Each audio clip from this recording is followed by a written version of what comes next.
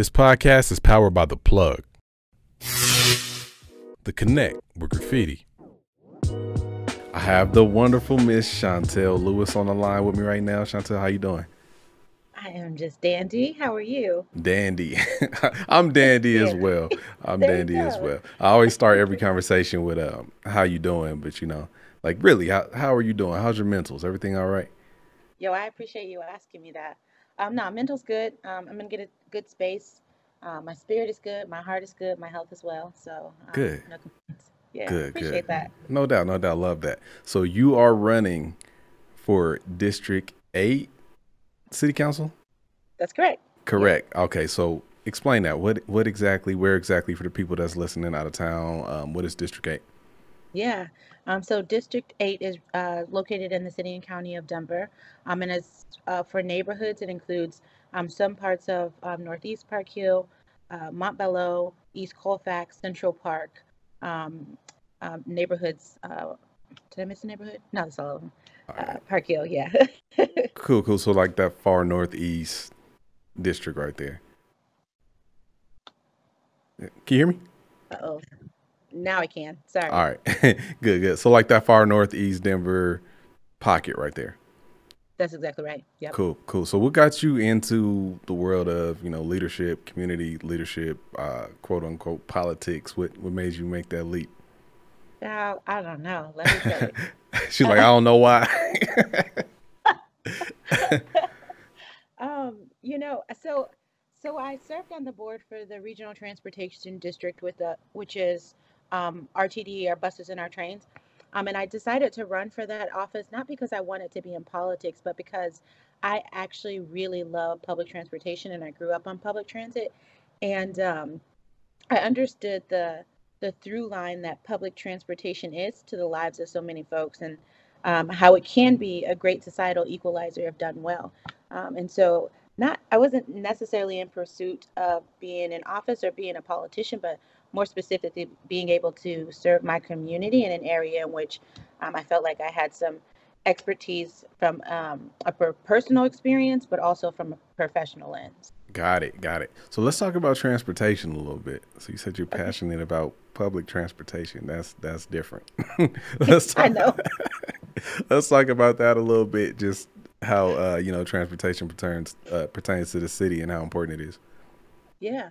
I mean, when I talk about transit being the great societal equalizer, you have to think about not folks that rely on public transportation to get to work, but like folks that rely on transportation to get their kids to school, to go buy groceries, to go to the laundromat, right? Like how important it is for folks to not only be able to survive in their lives, but to eventually to be able to thrive. I mean, I think when we talk about healthy cities, and I don't mean necessarily just like physical health, although that is important to me. Hmm. Mental health is also important to me. But when we talk about healthy cities, it looks like healthy transportation systems that are easy to access, that are um, cost that aren't cost burden, and so that folks can afford, that are typically located next to things like housing or grocery stores, which is called transit oriented development. And so, like, transportation is literally the connector of all the societal things that we're looking to be able to resolve. I think you can find that resolved through the connection of public transportation. Got it. Yep. Well put. I never looked at it like that, but that is very true. You said something, and I wanna go back to that. You said the Okay. health of our city and just like a healthy city. Let's talk about that a little bit because a lot of things have obviously changed in Denver over the Ooh. past few years. Is Mhm. however we may feel about it, it's a new city for a lot of us, um, Yeah. no matter how long we've been here, and just keeping this city healthy. What does that exactly mean to you? Yeah. I mean, I can talk about uh, so so I believe that the health of our city is the wealth of our city, and I'll talk about that in a few ways.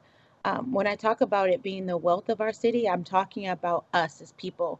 I think we have an opportunity to invest in our greatest asset, and when I talk about our assets, I'm talking about our people, Hmm. you, me, folks in our community. When I also talk about healthy cities, I think about our cities in terms of like access.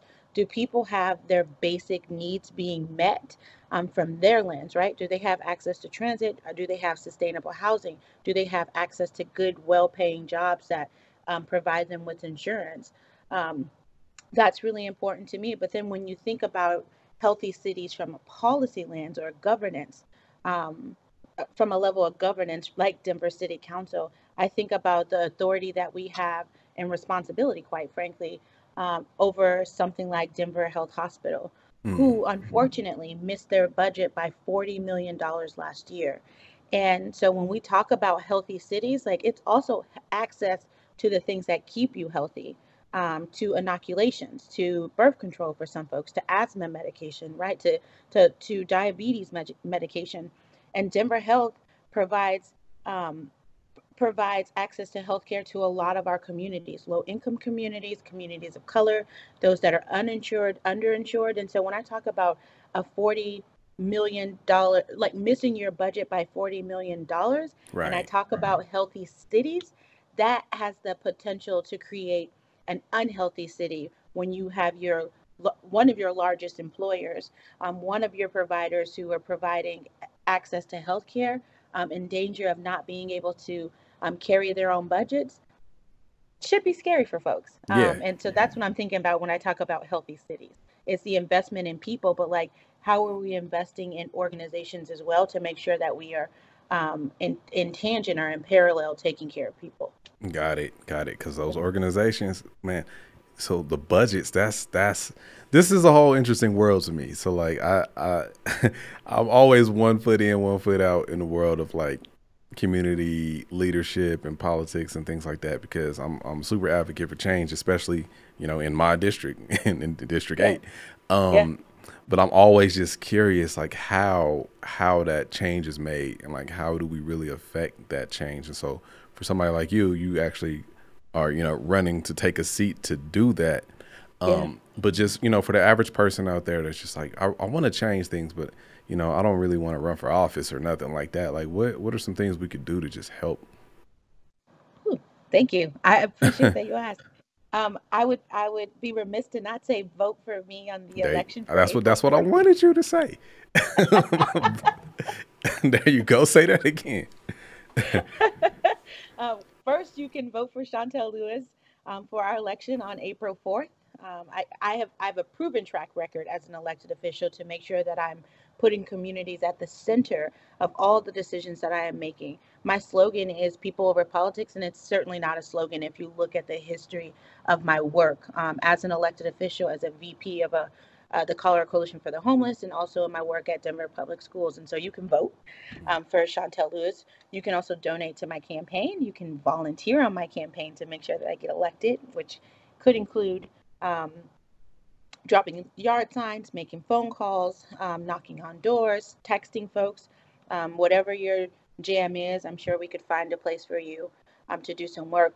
But more specifically, not just voting for me, but voting for folks in the off election. Like we have a lot of conversations about um, police violence, for example. Like, Mm. I think it's important for you to know who your DA is, right? How do you get in contact with that person and stay in contact with that person regularly?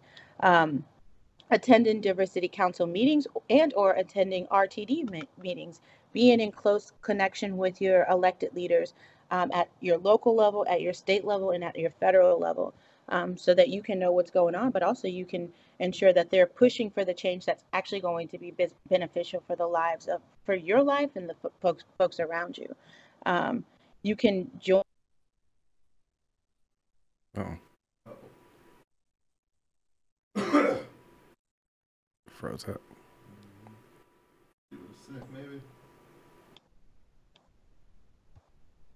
You there?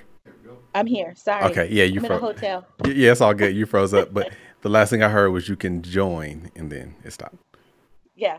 Um, so you can join like your local R&O meetings, which are your registered neighborhood associations.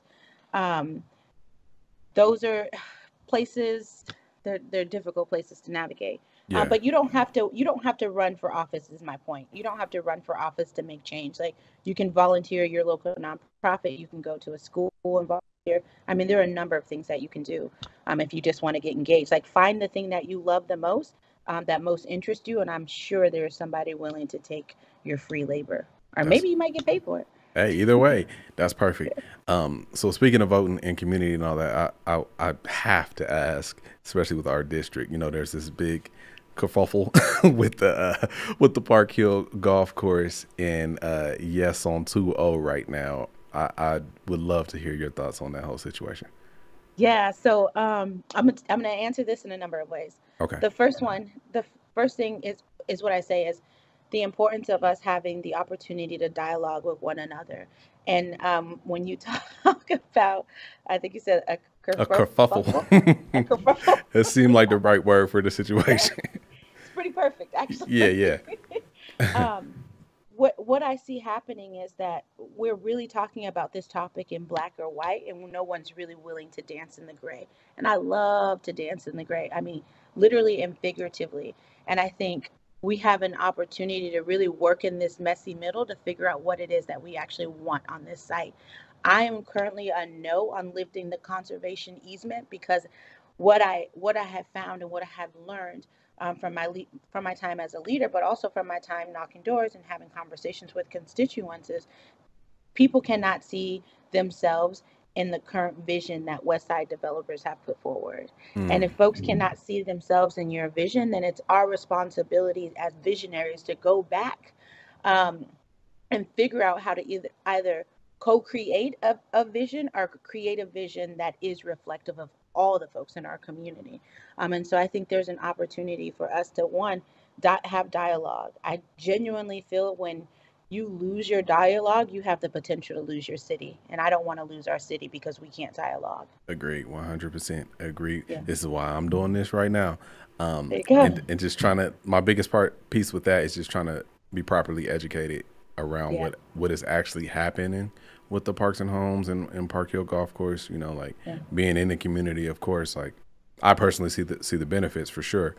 yeah, But then you just hear all the outside, and you hear these different narratives and these different voices, and so it could lean you one way or another. But like you said, that dialogue and that education and people just understanding what's actually happening in the city before they yeah. lean a certain way. That's big. Yeah, and give people the space to lean on whatever side they they so desire to, without it being a conversation of isolation when you're isolating folks, or without it being a point of like perpetual conflict, right? Hmm. It can just be an issue that you all disagree on, and then you move on and you figure out, okay, what's the next thing that we could potentially disagree about or potentially find agreement within. Vote for Shontel Lewis for Denver City Council's District 8. If you're in my district, you would have received a mailer. It has me. I look like this on there, Like that. and all of my issues. So I encourage you to vote for Shontel Lewis, Denver City Council. I will not disappoint you, and I haven't. So I'll keep that up. Perfect. Shontel, Yeah. thank you. I appreciate you. Keep doing what you're Thank you. doing. I'm going to try to help as much as I can, encourage people to help as much as they can. And thank you. Thank you so much. Y'all take good care. Appreciate your time. Oh, no problem. Take care. Connect with Graffiti. This podcast is powered by The Plug.